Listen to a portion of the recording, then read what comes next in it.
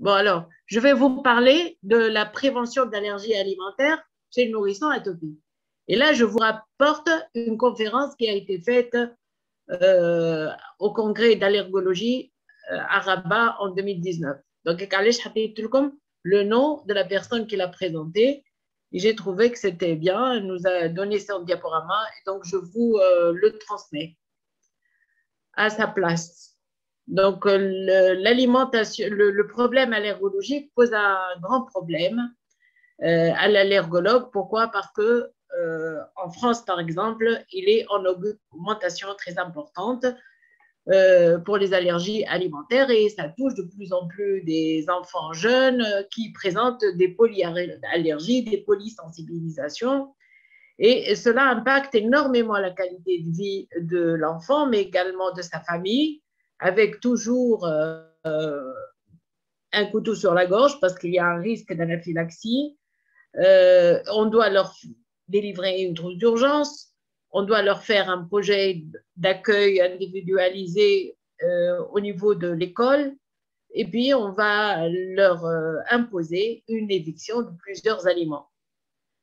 L'immunothérapie également, elle peut avoir aussi une place. Donc, vous voyez qu'il y a une augmentation et une lourdeur de l'impact sur l'enfant et sur sa famille.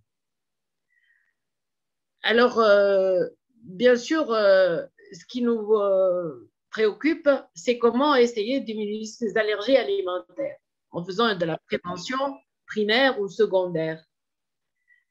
Et se rappeler, allô, oui, oui, On vous entend. Oui, on entend. Oui, Oui, oui. Alors, Très bien. ben voilà, se rappeler qu'avant, on n'en avait pas beaucoup d'allergies alimentaires et que par la suite, c'est devenu beaucoup plus fréquent. Donc, voilà une piste qui pourrait nous amener à faire des introductions dans l'alimentation. On doit faire quelque chose pour réussir à diminuer cet impact-là. Alors, l'atopie, bien sûr, est déterminée génétiquement. Et puis, par la suite, lorsque l'enfant s'expose aux allergènes, il va se sensibiliser et par la suite, il risque de présenter des manifestations d'atopie.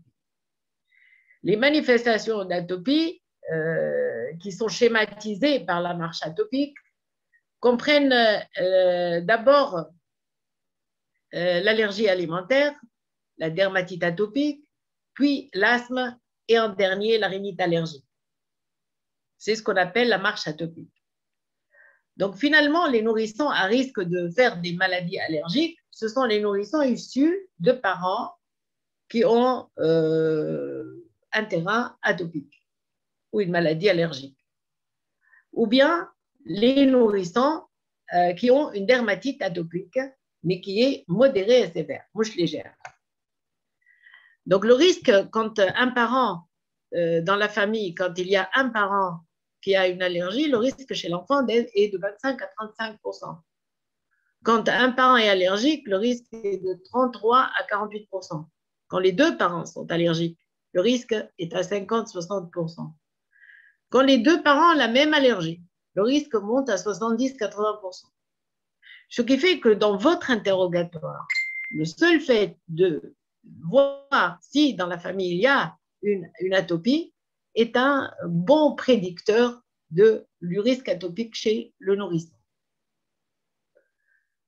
Alors justement, dans certaines études, on a essayé de voir quel est le haut risque et le bas risque d'atopie.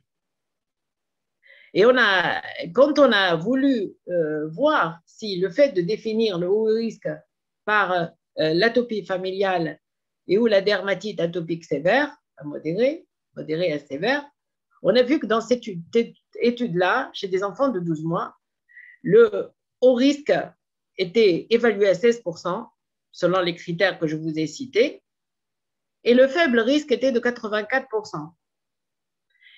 Et quand on a essayé de voir pour l'allergie à l'arachide, quand les enfants étaient à haut risque, les 14% dont je vous ai parlé, 16% d'entre eux, 14% des 16% dont je vous ai parlé avaient une allergie à l'arachide.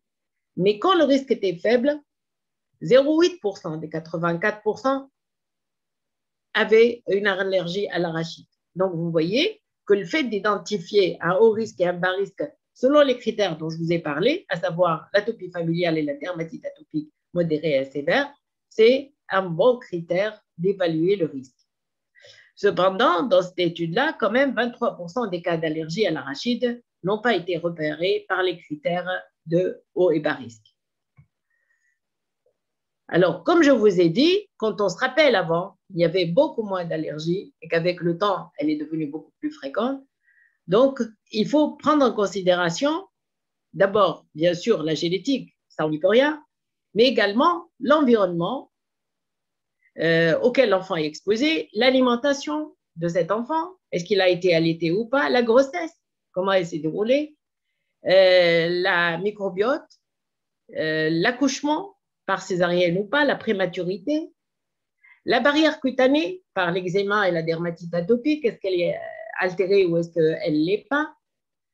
Et ainsi, donc vous voyez que dans le risque d'atopie, il est en rouge et le risque s'affaiblit à mesure que l'enfant vit dans une ferme, qu'il boit du lait non pressurisé, qu'il est exposé aux bactéries ou aux parasitoses, qu'il vit dans une grande famille rurale, bien sûr exposé au soleil.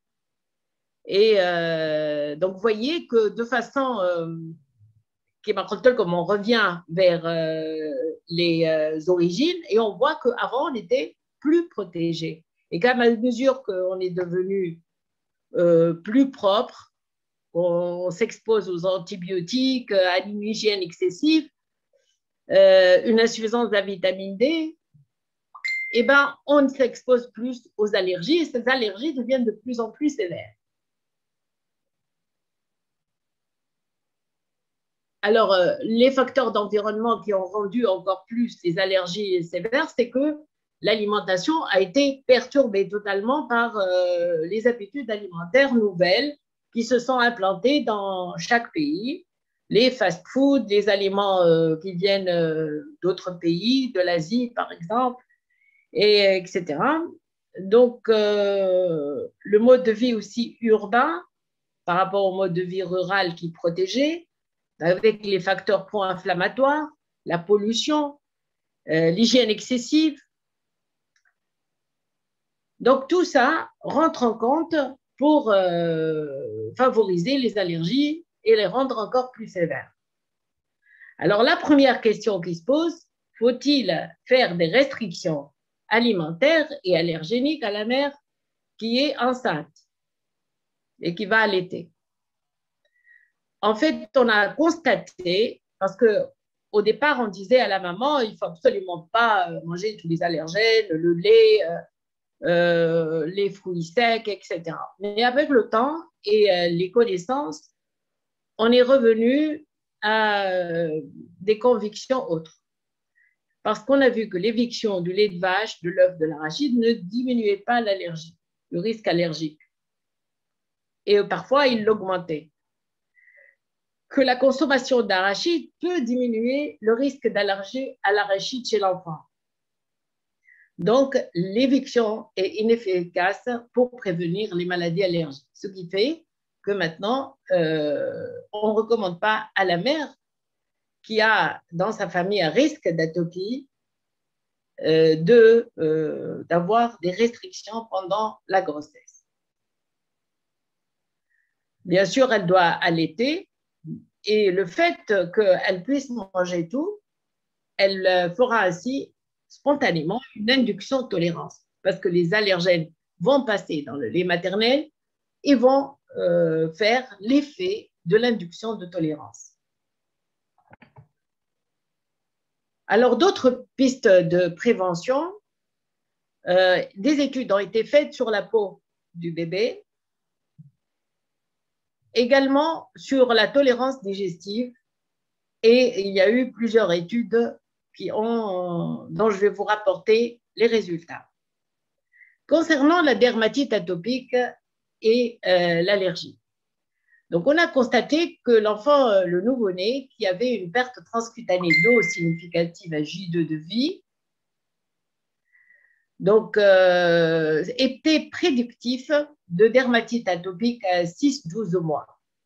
Et quand il y avait une dermatite atopique, il y avait également un risque d'allergie alimentaire à 2 ans, à l'œuf et à l'arachide et au lait. Dans la cohorte de Melbourne, qui a étudié 552 nourrissons de famille atopique, donc ils ont vu que les nourrissons ayant une dermatite atopique à 6 mois sont à risque de développer des allergies alimentaires ou respiratoires à 2 ans. Dans une autre étude, sur 4453 nourrissons âgés de 1 an, 20% des nourrissons ayant une dermatite atopique ont des allergies alimentaires à l'arachide, à l'œuf et au sésame. Parmi les nourrissons ayant de l'eczéma, avant l'âge de 1 an, le risque est 11 fois plus élevé pour l'allergie alimentaire à l'arachide et 6 fois plus pour l'allergie alimentaire à l'œuf que ceux qui n'ont pas d'eczéma. Et cela est d'autant plus vrai qu'un traitement par topique ou corticoïde, qu'on avait besoin d'un traitement par les corticoïdes.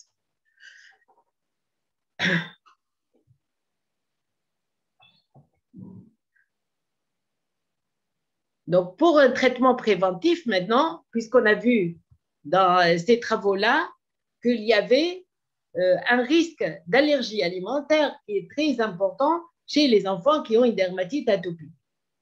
Donc, la prévention, elle s'est faite sur l'utilisation des émollients en prévention. Et sur 124 nouveau-nés à haut risque atopique, on a fait 2 groupes dont l'un avait reçu les émollients pendant 3 semaines ou pas, ou ils n'ont pas reçu, bien sûr, c'est les placebos, pour voir s'il y avait une réduction du risque de dermatite atopique. Et effectivement, il a été moins important dans ce groupe qui a reçu l'émollient que le groupe qui ne l'a pas reçu. Une autre étude dans le même sens, utilisant les émollients sur 80 nourrissons à risque atopique pendant les 6 premiers mois, et la sensibilisation alimentaire secondaire à 6 à 12 mois, il y avait moins de sensibilisation alimentaire et de dermatite atopique. Donc, une autre étude pour la prévention de l'allergie alimentaire chez 650 nourrissons de 13 semaines ayant une dermatite atopique sévère, qui ont été traités de façon conventionnelle ou proactive, avec évaluation à 27 semaines de l'apparition ou non d'une allergie à l'œuf. Donc, on a constaté que quand on traitait une dermatite atopique de façon énergique par des corticoïdes topiques, on avait moins d'allergie à l'œuf. Donc, il y a 2 moyens quand on agit sur la peau, par les émollients. Ça a diminué le risque de dermatite atopique et en conséquence d'allergie alimentaire. Et si on traitait efficacement une dermatite atopique, on avait moins d'allergie alimentaire. Donc, vous voyez comment on peut faire de la prévention. Bien sûr, quand il y a une dermatite atopique, il y a le passage des allergènes à travers cette peau qui est abrasée et malade. Et donc, il y a la sensibilisation qui peut se faire de cette manière-là. Pour l'arachide, par exemple. Voilà. Donc, ce qui fait qu'on arrive à la fenêtre de tolérance, et cette fenêtre est entre 4 mois et 6 mois. Donc, il faudra introduire les allergènes après 4 mois. Bon, c'est ce qu'on dit généralement, mais certains pays disent 3,5 mois, je vous dirai lesquels. Donc, en tout cas, retenez, entre 4 et 6 mois, on peut introduire tous les allergènes. Donc ça, c'est une nouveauté par rapport à ce qu'on disait avant. Il y a quelques années seulement, on disait non, non, non, attention, il y a certains aliments qui sont très allergisants et il faudra les retarder le plus tard possible. Et en fait, on a vu, donc on revient sur des attitudes antérieures parce qu'on a abouti avec ces pratiques à une aggravation de l'allergie alimentaire.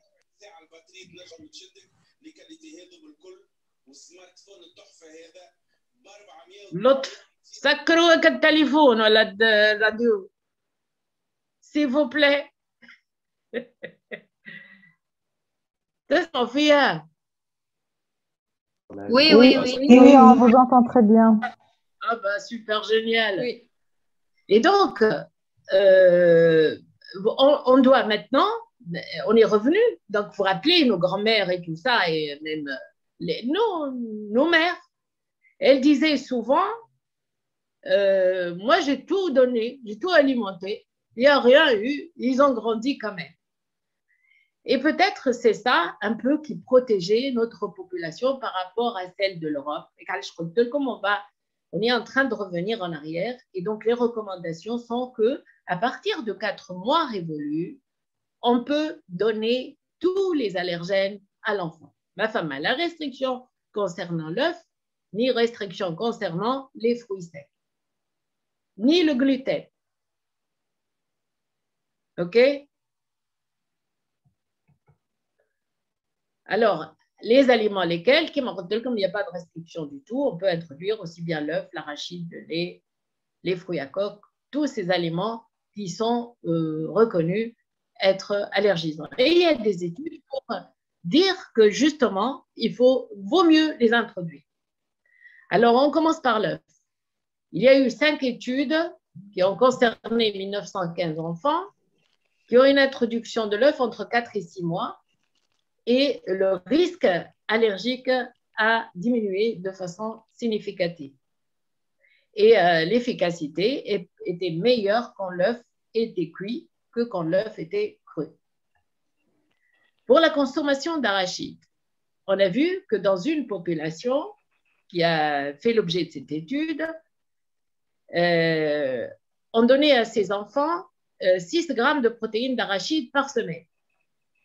Donc, pas tous les jours, mais régulièrement. Et donc, on avait 2 groupes, un groupe qui avait des tests cutanés négatifs et un groupe qui avait des tests cutanés positifs. Et quand on introduisait, on a vu que quand on introduisait tôt la consommation régulière, quand on donnait la consommation régulière d'arachide, eh ben, on avait une population qui était protégée, qu'ils avaient des tests cutanés négatifs ou des tests cutanés positifs. Ils étaient de façon significativement plus prolongés que dans le groupe témoin. Et quand au bout d'une année, on arrêtait l'étude et qu'on ne donnait plus l'arachide régulièrement, l'effet bénéfique persistait au-delà de 5 ans.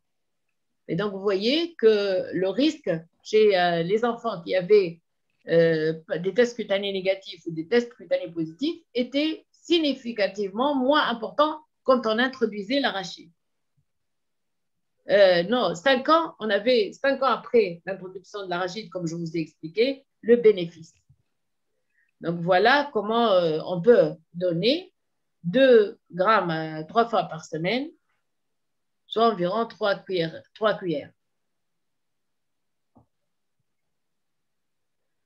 Maintenant, dans une étude HEAT Study, 595 enfants allaités au sein jusqu'à 6 mois, on a fait 2 groupes. On a introduit 6 aliments entre 3 et 6 mois versus allaitement maternel exclusif. Et les aliments introduits étaient l'œuf, le blé, l'arachide, le poisson, le sésame, le lait de vache. Et on a évalué les allergies à chaque aliment à 3 ans. Et on a vu qu'il y avait une diminution significative de l'allergie à l'œuf, également à l'arachide, moins d'allergies alimentaires dans le groupe diversifié par rapport au groupe qui a eu l'allaitement maternel seul, et cela également de façon significative, moins de sensibilisation alimentaire dans le groupe qui a reçu les allergènes. Et cela n'a pas impacté l'allaitement maternel, qui a pu continuer sans problème, et également n'a pas retenti sur la croissance des enfants.